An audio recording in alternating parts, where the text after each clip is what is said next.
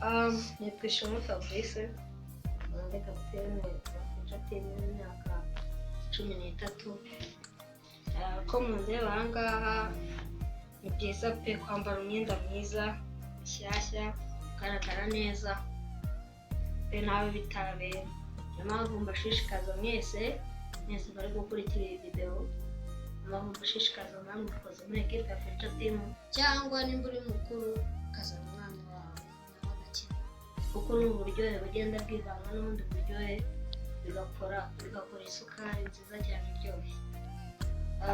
Ikintu mbashishikariza rwose, Future Team twatangiye ubundi turi kuri zero, ariko ubu dufite aho tugeze, turi equipe ikorera, turi equipe ikomeye rwose.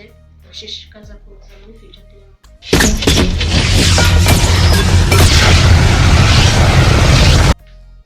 Nitwa Mugisha Eric, nkaba nigiye umupira w'amaguru muri Future Team Football Training Center, nkaba ndi kapiteni w'imyaka 17. Ikintu nabwira abakinnyi baba bari kundana muri aka kanya nuko nabashishikariza namwe kuzamo, kuko iyi ni ikipe itanga ibyishimo kandi ikaba n'irerero ryiza kuri buri mubyeyi wayizanamo umwana. Ikintu nabwira ababyeyi, nanjye ababyeyi banjye natangiye batabyumva, ariko ubu ngubu aho bigejeje barabyishimira kuba ndi muri iri rerero. Iri rero ni iryo usibye n'umupira baboneramo n'inyigisho nyinshi, ikinyabupfura, gukorera ku gihe no kwitanga. Ikindi nababwira ni ukubashimira kuba mubashije kureba iyi video yanjye. Murakoze.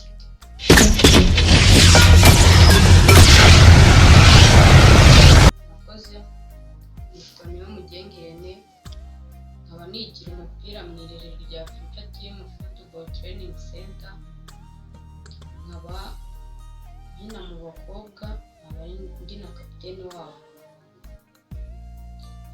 Ndashimira bwa mbere umutoza wanyemereye kuba najya muri iryo rerero, akanyakira, akaba yanyigisha uwo mupira, nawe akaba ariwe ukinyigisha. Ndashimira n'ababyeyi banjye baba baranyumvishe bakanyemerera ko najya kwigira umupira muri iryo rerero, kandi nkaba nanashishikariza abakobwa bose kuba baza bakiga umupira, ko nta kintu cyabananira babishyizemo imbaraga. Nubwo nyine bimwe bavuga ngo abakobwa bakina umupira ntabwo biba ari sawa, gusa nyine bitewe n'umutima ubishakamo nta kitashoboka wabishoboza. Nshimiye buri umwe wese wamfashije kuba ngeze aha ngaha ngeze, n'uburezi bampaye, imico banyigisha, byose ndabishima. Nkaba nejejwe no kuba nasuhuza bagenzi banjye tudakorana ariko bari muri iryo rerero, bari ku bindi bigo. Murakoze.